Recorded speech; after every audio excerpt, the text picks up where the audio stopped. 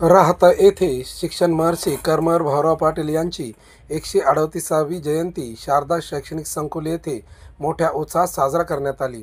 यावेळी शारदा शैक्षणिक संकुल येथून सजवलेल्या ट्रॅक्टरमधून मिरवणूक काढण्यात आली। मिरवणुकीत विविध प्रकारच्या वेशभूषा विद्यार्थी व विद्यार्थिनी यांनी करत लेझिम, झांज, पथक, टिपऱ्या खेळत आपली कला सादर केली।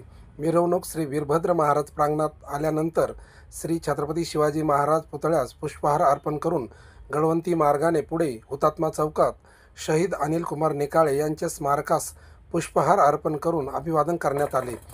यानंतर ग्रामीण रुग्णालय मार्गे शारदा शैक्षणिक संकुल येथे मिरवणुकीची सांगता करण्यात आली। यावेळी मिरवणुकीत 4,500 विद्यार्थी व विद्यार्थिनी सहभागी झाले होते। सर्व विद्यार्थ्यांना संकुलाच्या वतीने मिष्टान्न भोजन देण्यात आले।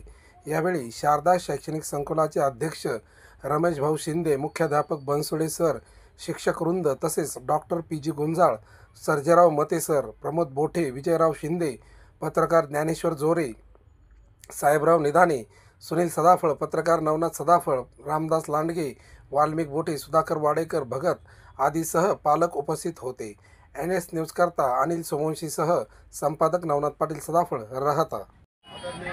भाऊराव पाटील यांच्या जयंतीनिमित्त आज पूर्ण महाराष्ट्रभर हा उत्सव साजरा होत आहे। त्याचाच एक भाग म्हणून आज आपल्या राहता नगरीमध्ये शारदा संकुलाची स्थापना आदरणीय कर्मवीर भाऊराव पाटलांच्या पदस्पर्शाने पावन होऊन काल शिंदे पाटील हे आपल्या गावातील ग्रामस्थांच्या वतीने तिची स्थापना झालेली आहे शारदा संकुलाची। आणि तोच उत्साह आज आपल्याला या त्यांच्या जन्मसोहळ्याच्या निमित्तानं आपल्याला बघायला मिळत आहे। या आजच्या मिरवणुकीचं वैशिष्ट्य पूर्ण गावामध्ये याची फेरी निघून याच्यानंतर आपल्या शिक्षकांच्या माध्यमातून सर्व आपल्या 4,500 विद्यार्थ्यांना जेवणाचं आपण नियोजन केलेलं आहे। गेली 15 वर्षापासून आपण सर्व मुलांना शिक्षकांच्या माध्यमातून व शिक्षणप्रेमी जे आपले ग्रामस्थ आहेत यांच्या सहकार्याने आपण भोजनाची व्यवस्था करत आहोत। या जर आपण विचार केला, महाराष्ट्रामध्ये खऱ्या अर्थाने रयत शिक्षण संस्था ही अण्णांनी स्थापन केल्यानंतर महाराष्ट्र आज जो आपल्याला सुजलम सुफलम किंवा बौद्धिकदृष्ट्या सक्षम आणि आर्थिकदृष्ट्या सक्षम जो दिसतो, त्याचं कारण केवळ फक्त कर्मवीर अण्णा आणि रयत शिक्षण संस्था आहे असं म्हटलं तर वावगं ठरणार नाही।